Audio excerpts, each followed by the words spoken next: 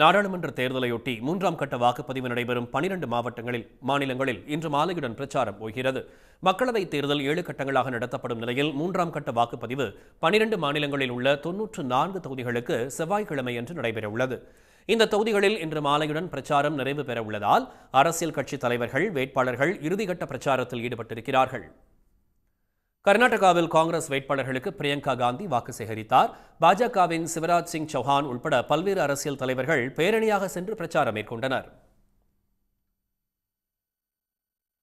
மூன்றாம் கட்ட தேர்தலில் 26 தொகுதிகள் கொண்ட குஜராத் மாநிலத்துக்கு ஒரே கட்டமாக வாக்குப்பதிவு நடைபெறவுள்ளது.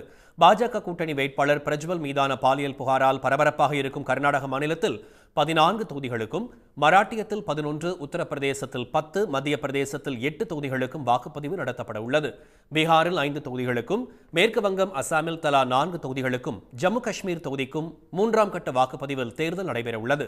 இதனிடையே மத்திய பிரதேசத்தின் பெத்துல் தொகுதியின் பகுஜன் சமாஜ் கட்சி வேட்பாளர் உயிரிழந்ததால் ஒத்திவைக்கப்பட்ட வாக்குப்பதிவும் நாளை மறுநாள் நடைபெறவுள்ளது.